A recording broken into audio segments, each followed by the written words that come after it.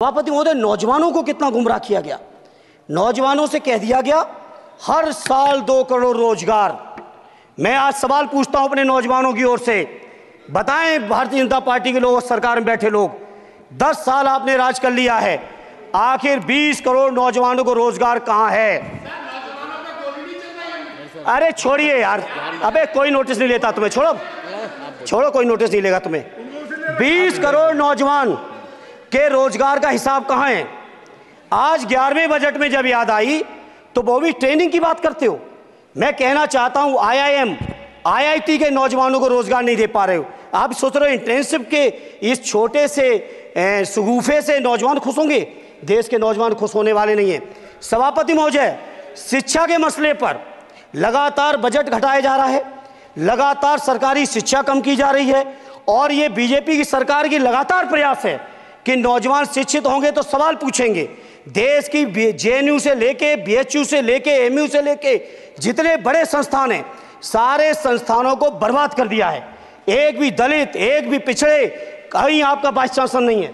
लगातार जितने भी आपके professor, associate professor, assistant professor की नियुक्तियों में RSS का जब तक कोई फंडामेंटल कोर्स नहीं करेगा, बेसिक कोर्स, तब तक उसकी नियुक्ति नहीं होगी।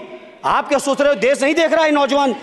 UGC का बजट लगातार कम किया जा रहा है। मेरा खुला आरोप है इस सरकार पर कि ये सरकार शिक्षा को प्राइवेट करके, शिक्षा को मुट्ठी भर उद्योगपतियों के हाथों में देके, शिक्षा को चुनिंदा लोगों के हाथ में देके, देश के 140 करोड़, जिसमें मैं समझता हूं 90% लोग गरीब हैं, उन गरीबों के हाथों से शिक्षा को छीनने का ये जो आपकी सरकार षड्यंत्र कर रही है, इसके लिए हम लोग इस मौके पे विरोध करते हैं। लगातार फीस बढ़ा रहे हैं, शिक्षकों की कमी है, रोजगार आप दे नहीं पा रहे हो, सामाजिक असमानता।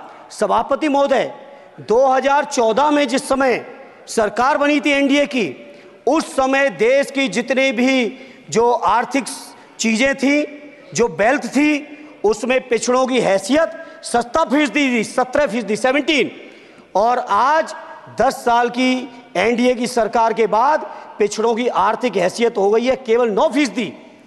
मैं कहना चाहता हूं चुनौती के साथ, वित्त मंत्री अपने जवाब में बता दें, अनुसूचित जनजाति का एक भी व्यक्ति देश में अरबपति हो तो बता दो, एक भी अरबपति हो तो बता दो, एक भी दलित को अरबपति आपने बना दिया हो तो बता दो, एक भी पिछड़े को बना दिया हो तो बता दो। आप जवाब में दे देना, आप डेटा दे देना, आप डेटा दे देना, हमारी दबाव नहीं रुकेगी।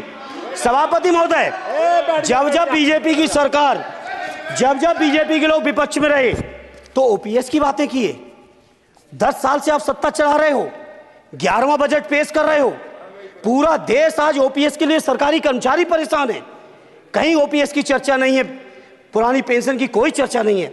सभापति महोदय, पुरानी पेंशन तो पुरानी पेंशन, हम मांग करते हैं, बहुत बड़े राष्ट्रभक्त आप बनते हो, मैं मांग करता हूं देश के पैरामिलिट्री फोर्सेस को आप पुरानी पेंशन दीजिए।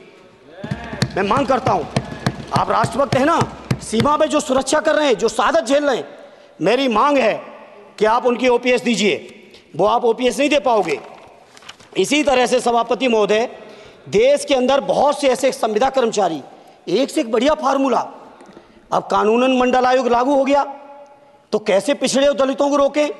तो संविदा कर्मी की प्राइवेट कंपनी, प्राइवेट आपने आउटसोर्सिंग कर दी। आउटसोर्सिंग के कारण से देश के सारे दलित, सारे पिछड़े, सारे आदिवासी आपकी सेवाओं से बाहर हो गए, उनके पास कोई कानूनी हक नहीं। तो ये जो आरक्षण को खत्म करने के तरह तरह के जो आप लोग षड्यंत्र अपना रहे हो, इस षड्यंत्रों को देश का जनमानस पूरी तरह से जान भी चुका है, पहचान भी चुका है, और इसीलिए उत्तर प्रदेश से तो आपको कर ही दिया है बाहर, देश से भी बाहर जल्दी करेंगे, और हमारे साथी मिलकर दूसरे प्रांतों से भी बाहर करेंगे।